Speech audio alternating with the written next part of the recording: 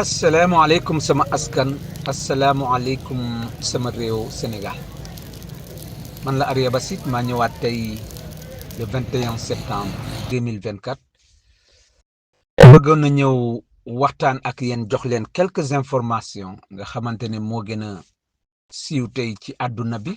ci mbirum Jérôme Bandiaky ñu ngi wax ni ñu ngi tàccu ki nga xamante ne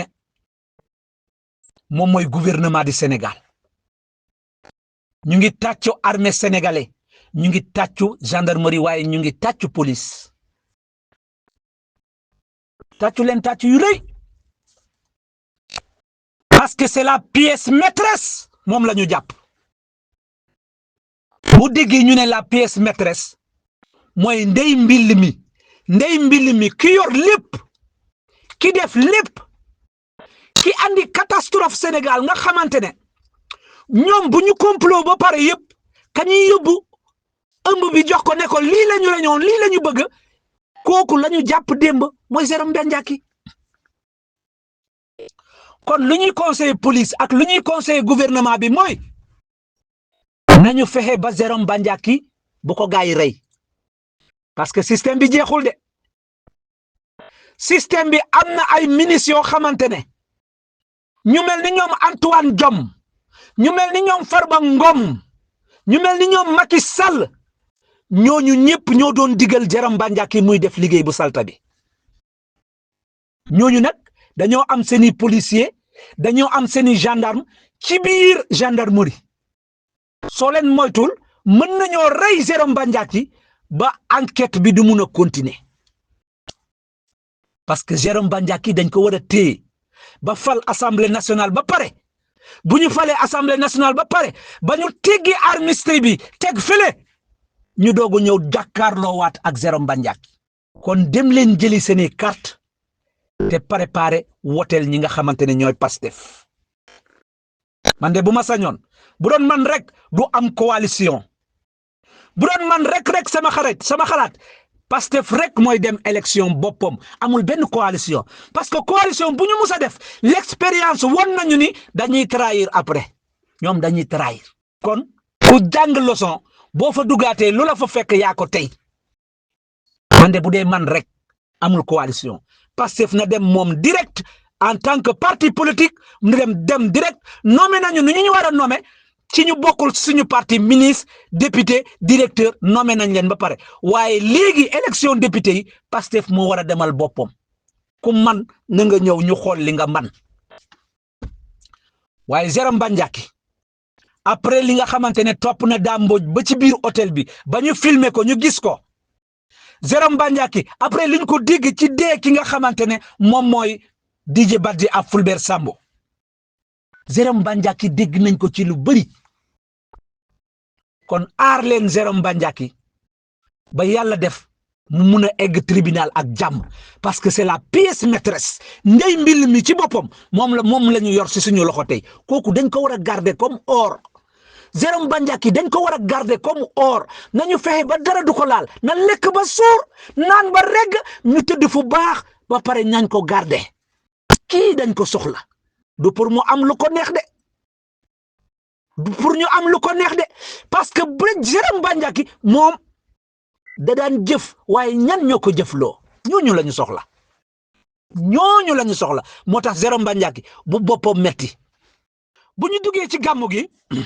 dinaa leen répété waat ne leen yónni leen xale yi ñu jàngi ngeen bàyyi caaxaan gi gàmmu gi fàttaleku leen ci ginnaaw lambaay ñaawoon na ci biir Sénégal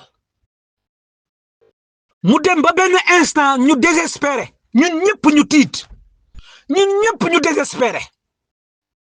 amul Ousmane Sonko amul Bassirou Diomaye Faye amul patriote amul kenn koo xamante ne si sa biir réew jamono jooju am nga lu la naqari amoo lu la naqari si sa biir réew eggoon nañ ci jamono ju tol noonu ñu ne xalif général yi wax leen xalif général yi wàllu si leen ñu xalif général yi ñëw leen wax Macky Sall moo arrêté rey bi Macky Sall moo ngay rey xale yi ñun waxoon nañ ko ci biir réew mi amul benn xalif général bu wax amul benn xalif général bu ñëw wàllu ñu si amutoon bu ñu waxee ñu ne ñu ngi wax ci suuf Macky Sall moom muy rey ci kaw Macky Sall di rey ci kaw ñoom ñuy wax ci suuf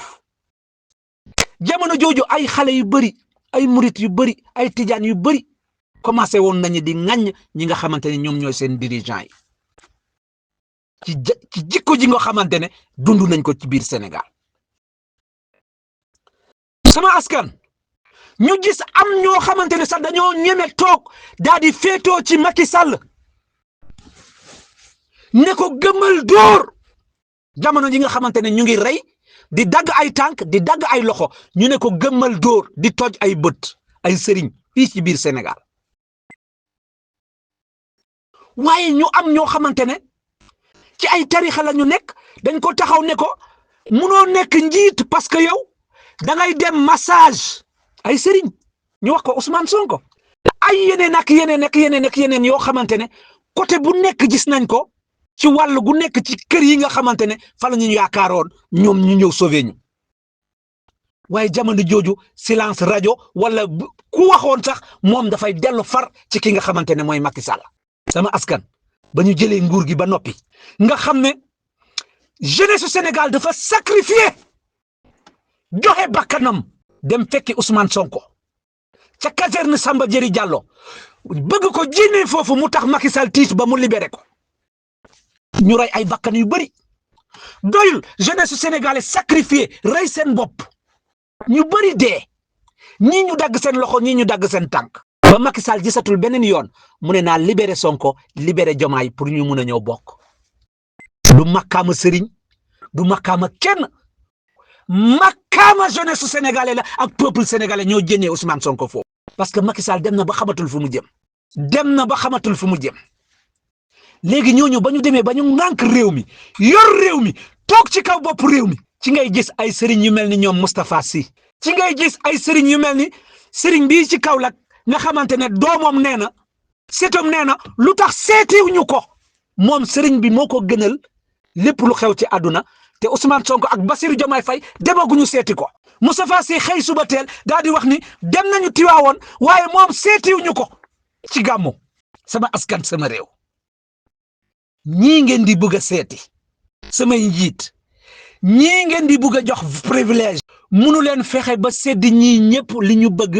ba ñu satisfaire munuñu satisfaire amul lu gën a fiir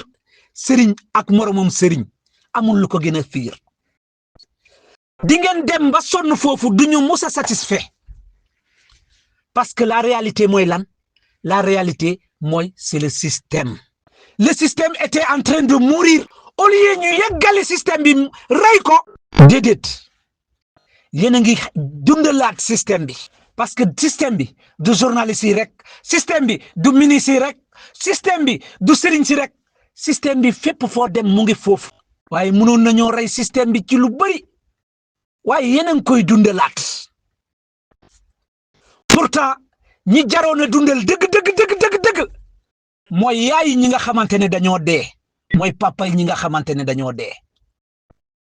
ñi jaroon a dundal dëgg bis bu nekk ñu nemmeeku leen defal leen ay réunion toog di waxtaan ak ñoom di leen dalal seen xel di leen wax ni ñun ñu ngi ñëw